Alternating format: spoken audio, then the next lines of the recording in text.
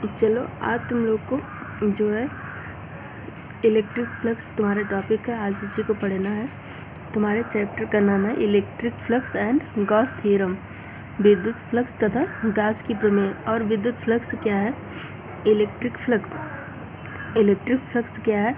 किसी विद्युत क्षेत्र में स्थित किसी काल्पनिक पृष्ठ पर विद्युत फ्लक्स उस पृष्ठ से होकर के गुजरने वाली बल रेखाओं की संख्या की माप होती है। इसे हम इससे रिप्रेजेंट करते हैं, फाई से प्रदर्शित करते हैं।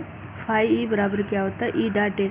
जैसे कि अभी तुम लोगों ने सुना कि विद्युत क्षेत्र में स्थित कोई एक ऐसा पृष्ठ है, मतलब कि किसी पृष्ठ से लिंक, उसमें स्थित का मतलब उससे संबद्ध बल रेखाओं की संख्या को ही हम क्या कह देते हैं? विद्युत फ्लक्स कहते हैं। जैसे कि हम लोग जानते हैं इलेक्ट्रिक फील्ड क्या है? वेक्टर क्वांटिटी है, जबकि इलेक्ट्रिक फ्लक्स क्या है? स्केलर क्वांटिटी है। इसको तुम लोग डेली लाइफ के एग्जांपल से समझो, ज़्यादा बेहतर होगा। और फाई ई बराबर होता है क्या? ई डॉट ए। जैसे तुम्हारे घर की खिड़की है, खिड़की में जो हवा आती है तो जो हवा इंटर करती है उसमें वेग भी होगा। वेग क्या रिप्रेजेंट करता है? उसकी इंटेंसिटी, कितना अधिक वेग से वो आ रही है हवा, उसकी तीव्रता ये बताया गया। और उसके बाद जो खिड़की की एरिया है, क्षेत्रफल है, उसका क्षेत्रफल जितना ज़्यादा होगा उतनी ज़्यादा मात्रा में हवा वहाँ पे इंटर करेगी। तो जो कितनी मात्रा में कमरे में हवा इंटर की किस पे डिपेंड कर रहा है? दो क्वांटिटी पे। पहले उसकी इंटेंसिटी पर, बहने वाली हवा के वेग पर, उसी को हम इंटेंसिटी यहाँ कह दे रहे हैं। और दूसरी बात उसकी एरिया पर।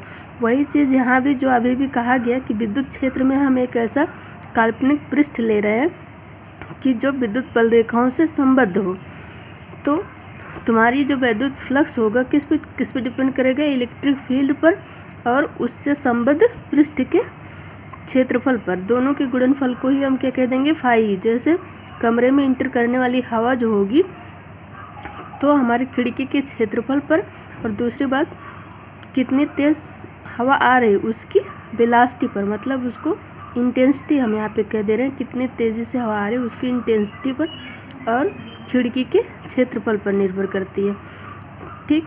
और तुम लोग को जो फिगर बनाना है इसका हम यहाँ पे दिखा रहे हैं, क्योंकि ये फिगर मेरे से बन नहीं रहा था, तुम लोग यहाँ से देख के बना लेना, यही फिगर बनेगा।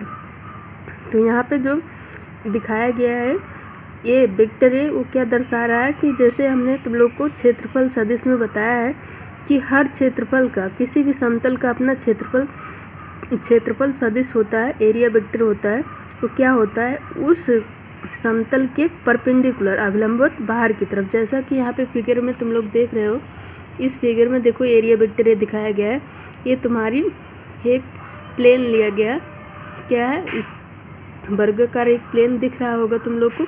इस प्लेन के परपेंडिकुलर ऊपर की तरफ एरिया वेक्टर है। और यहाँ पे जो बी दिखाया गया ये चुंबकीय क्षेत्र को प्रदर्शित कर रहा है। इसकी बाद में ज़रूरत पड़ेगी। यहाँ पे तुम लोग इसकी जगह पे क्या लिख लेना कॉपी में? ई। क्या लिखना है? ई। समझ में आया?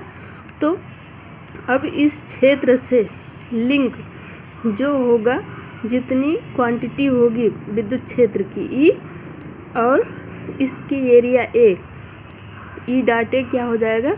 इसका फाई ई हो जाएगा। और जहाँ पे फाई बी लिखा है वहाँ पे हमको क्या लिख लेना? फाई ई बराबर क्या हो जाएगा? B dot A. तो बी डॉट की जगह हम क्या लिखेंगे? E dot A. और दूसरे फिगर में देख रहे हो थोड़ा सा एरिया को टिल्ड कर दिया गया, मोड़ लिया गया। अब इससे होकर के कितने गुजरेंगी? अब इसमें तुम लोग को बताया गया है कि जो हमको फाई लेना है, तो जो तुम लोग देखो ये क्षेत्रफल है, इस समतल का क्षेत्रफल है, क्षेत्रफल सदिश की दिशा और यहाँ पे इलेक्ट्रिक फील्ड की दिशा, दोनों के बीच का एंगल यहाँ पे देख रहे हो 0 बन रहा है ना, कोई एंगल नहीं बन रहा है, क्योंकि यहाँ पे थीटा, ये क्योंकि इलेक्ट्रिक फील्ड वेक्टर और इलेक्ट्रिक फील्ड इंटेंसिटी दोनों एक दूसरे के समांतर है, थीटा, इसलिए यहाँ पे 0 बन रहा है। लेकिन यहाँ पे इन दोनों के बीच का एंगल क्या है? थीटा है।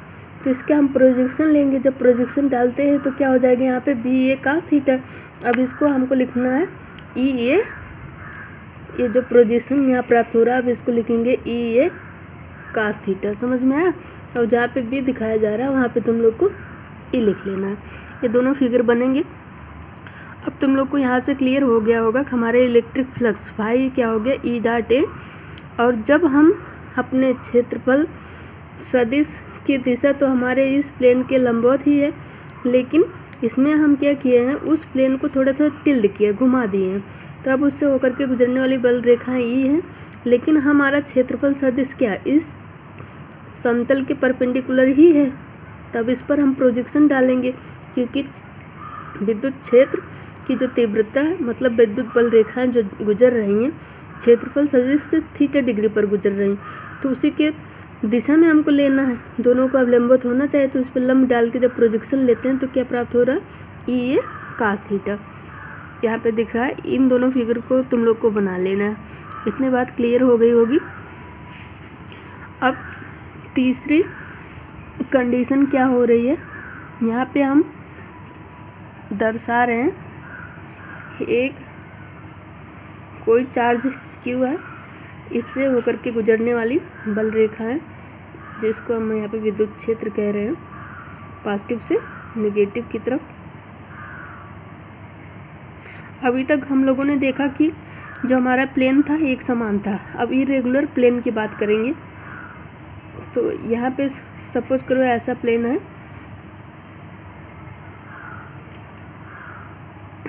हमारा इरेगुलर प्लेन है, एक जैसा प्लेन नहीं है। इस स्थिति में हम कैसे अपना इलेक्ट्रिक फ्लक्स काउंट करेंगे। इलेक्ट्रिक फ्लक्स को काउंट करने के लिए हमको क्या करना पड़ेगा, एक छोटी छोटी एरिया बनानी होगी। इस एरिया के अभिलंबवत यहाँ पे देखो area vector electric field E हो गया, एरिया वेक्टर ए कैप। ई और ए कैप के बीच यहाँ पे थीटा कितना दिख रहा है, 0 डिग्री। तो और ऐसे यहाँ पे जो एरिया ले रहे हैं, मान लेते हैं यहाँ पे थीटा डिग्री बन रहा है दोनों के बीच। ये एरिया वेक्टर ए है और ये ई है। तो यहाँ पे क्या हो जाएगा, ई ए कास थीटा, क्योंकि ये की दिशा में इसका प्रोजेक्शन लेंगे तो क्या हो जाएगा, ये ई ए कास थीटा हो जाएगा। तो इस तरह हमारा अगर इरेगुलर शेप है, से जो क्षेत्रफल हमारा उसका शेप प्लेन का इरेगुलर है, तो उसके केस में हम क्या करेंगे, सबसे पहले जहाँ से विद्युत बल रेखाएं गुजर रही हैं वहाँ पर हम एक छोटी सी एरिया लेंगे, डी ए। ये जो एरिया है उसका नाम क्या है, डी ए। यहाँ भी जो एरिया ली गई, डी ए लिखो चाहे डी एस, दोनों चीज़ एक ही है, ठीक है। ऐसी छोटी छोटी एरिया बना करके हम अगर उसी की दिशा में, मतलब तुम्हारा एरिया वेक्टर ए कैप और इलेक्ट्रिक फील्ड लाइंस दोनों के बीच थीटा अगर 0 डिग्री है, तो वहाँ पे phi suffix E D phi लिख रहे हैं, क्योंकि छोटा स्मॉल एरिया के लिए निकाल रहे हैं। तो D phi E electric flux जो हमारा सूक्ष्म आ रहा है, तो क्या हो जाएगा, ई डॉट ए। लेकिन जहाँ पे थीटा डिग्री कोण बन रहा है वहाँ पे डी फाई ई बराबर क्या हो जाएगा, ई ए कास थीटा। अब ऐसे अलग अलग पोजीशन पर यहाँ पे सबका निकाल लेंगे। लास्ट में क्या करेंगे हम, इसका डी फाई ई बराबर हो जाएगा ई डॉट ए, फर्स्ट पोजीशन के लिए ई डॉट ए